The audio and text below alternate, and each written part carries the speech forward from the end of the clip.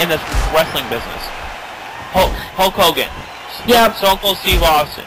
Yeah, but John you know, Cena. they're also known for having 4 total move sets. I mean, this is called wrestling for a reason.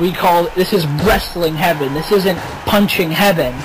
This is, you know. But the thing is, the thing with wrestling is 2 men go in the ring and fight each other until one of them can't continue.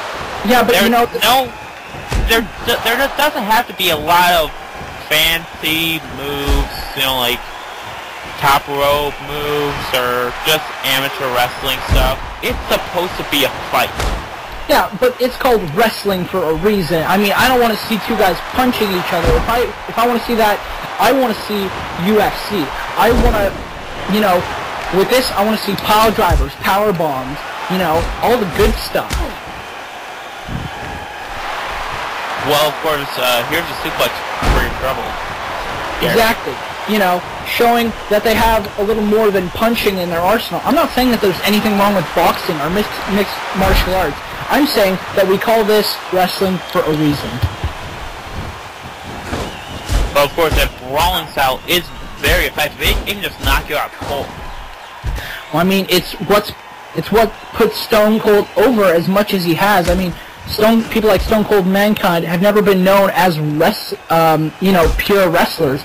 They're brawlers, and that's what they bring to it. But you know, when you put up a brawler against a wrestler, it's a huge clash. You know, like Stone Cold versus Bret Hart. You know, like, are you saying that wrestlers are better than brawlers? Like, say someone like went for a lockup. Stone Cold would just punch the guy right in his jaw and knock him right out and pin him. Well, you know, that's the thing. You go into a lockup, and, you know, a wrestler puts him in a headlock, does a takeover, puts in a submission, Stone Cold taps out. You know, you're saying... Stone Cold hasn't actually tapped out to Bret Hart, ever. He passed out to Bret Hart. But he didn't tap out, so therefore I call that victory invalid. Shows how stubborn he is, shows that he's... Of course he's not going to go down without a fight, but, you know, that big-headedness is what got him to pass out. Think of the amount of damage that must have done to him. Of course, Stone Cold has had a history of knee problems, of neck problems, of back problems. And that hasn't stopped him from competing here in CAW.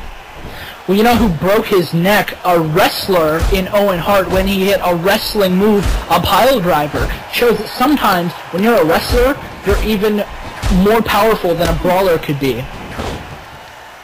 Wait, RKO? No. Almost went for it. Could this be it? Stone Cold Stunner! Oh, and pause. What makes you think that Stone Cold can't wrestle? Did you see his time as stunning Steve Austin? Yeah, but you know, there's been a lot happened since then. Sure, wait, Stunner! Another Stone Cold Stunner. That was huge. Sent Randy Orton right across the ring. 1, 2, 3. What an impressive victory by Stone Cold Steve Austin. You know, if the first Stunner didn't get Orton, that second one probably knocked him out cold. Of course, but the thing is, I think that Austin deserves another title belt right now. He's one of the best wrestlers, period, that I've ever seen. Now, he's one of the best brawlers we're ever going to see. As for best wrestlers, I'm going to have to put that classification up to the Hart family, or, you know, even somebody like Randy Orton. Randy Orton is known as a good wrestler. Here's your winner, Stone Cold Steve Austin. But of course, a win's a win, no matter if it's got by knockout or tap out. Really, I think the best way to prove a point to your opponent is to show how weak they are, to exploit a limb and make them tap out. Well, you know, isn't knocking them out more effective because, you know, you act... Tapping is just giving up. Anybody can make someone give up, but...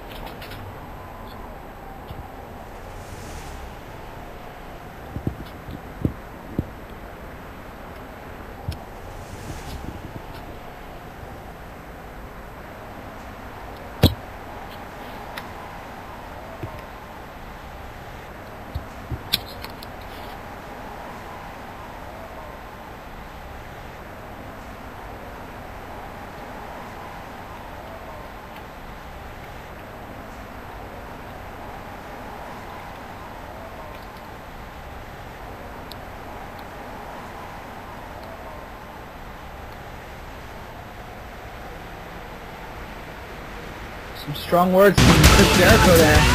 But of course, now the main event in the Raw Queen of the Ring Finals. AJ Styles will take on Mark 10th. We also got that huge match between Evan Bourne and the tag team champion, The Undertaker. I mean, this looks like a pretty one-sided fight to me.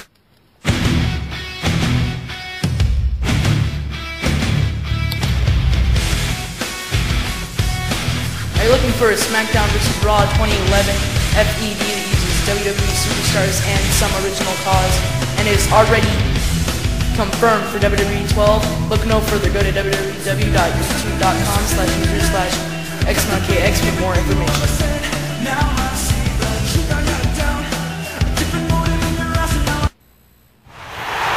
And we're back, and here goes one of the best high flyers in the world today. Evan Bourne. But let's be honest here, Evan Bourne is on his death march right now. This guy's going up against The Undertaker. Of course, but The Undertaker has been beaten before by high flyers. I recall him being beaten by Rey Mysterio in the past. Yeah, but you know, Evan Bourne isn't Rey Mysterio. This match isn't a casket match, but I think we're going to need one by the time Taker is done with Bourne. Yes, of course. And here comes one of the best wrestlers of all time. One of the best strikers in the business today, The Undertaker. And you know, as we were talking earlier about brawlers versus wrestlers, this guy is kind of the best of both worlds. This guy is so well-rounded and so experienced. His opponent, I mean, from Death it's exactly.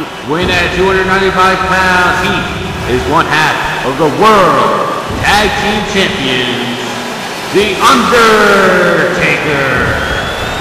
Exactly why he holds that tag team championship along with his brother Kane. But the thing is, who does age be catching up to? After all, he's been in the business for 20 years. Is it time for him to like make room for the younger talent? Oh, Undertaker's old as hell. He's had documented knee problems, and just, but you know, there's something to be said for The Undertaker. How much resilience he has, and how long he can go. I mean, look at Ric Flair. Ric Flair is, what, 70-something? And I mean, he can still go with the best of them.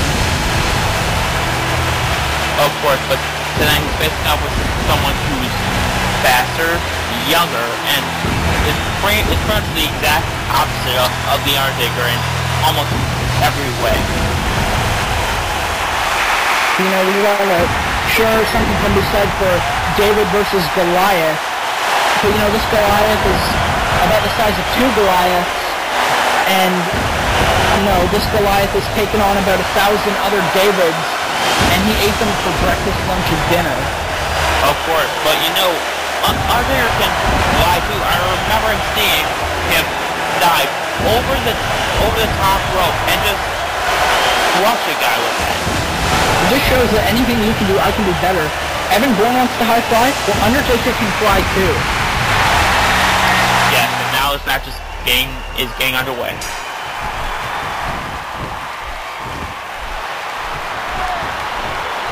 And here we go, Undertaker obviously has the strength advantage.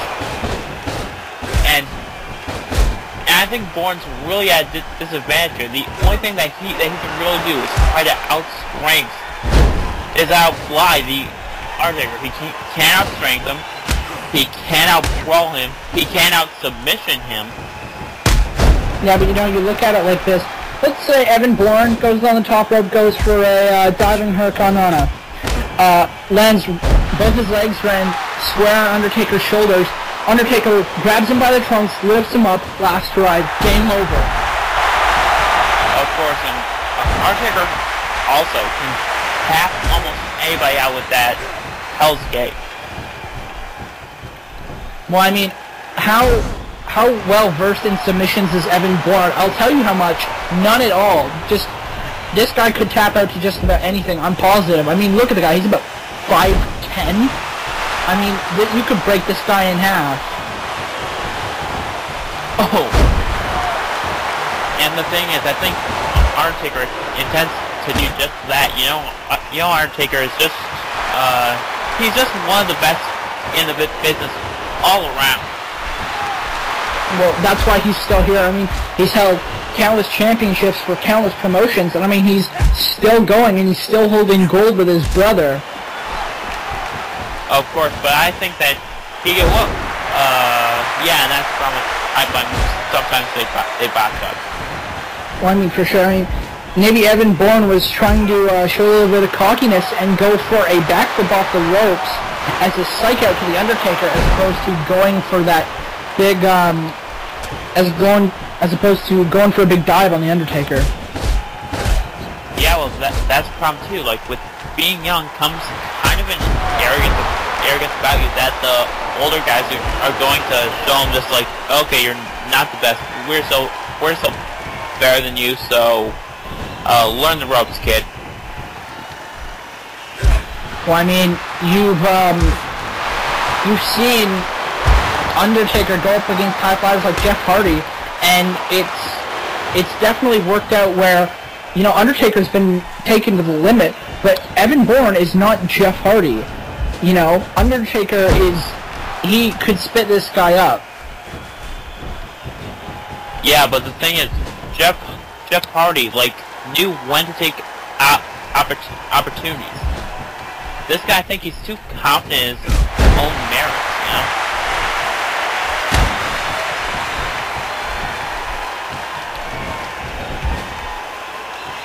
Oh, and as you can see, they're just, oh man, what a lariat there. Evan Bourne hasn't been in this business long enough. Could this be it? Tombstone Piledriver coming right up. Tombstone Piledriver, and that's all she wrote. There's the cover. That's about it. Somebody get a stretcher. One impressive victory by the Undertaker, and I don't see him losing those tag titles anytime soon. I mean, look at the raw power, and big, man, that move is so impressive when Undertaker does it. Yeah, that's why it's his best move. He can do it better than anybody else in the wrestling.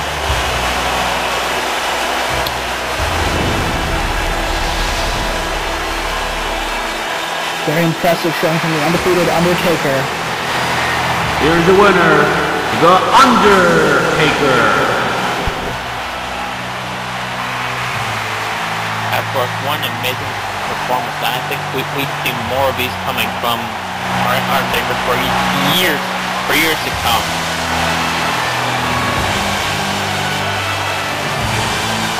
We're about at the halfway point of tonight's broadcast, and what an amazing show it's been so far. Undertaker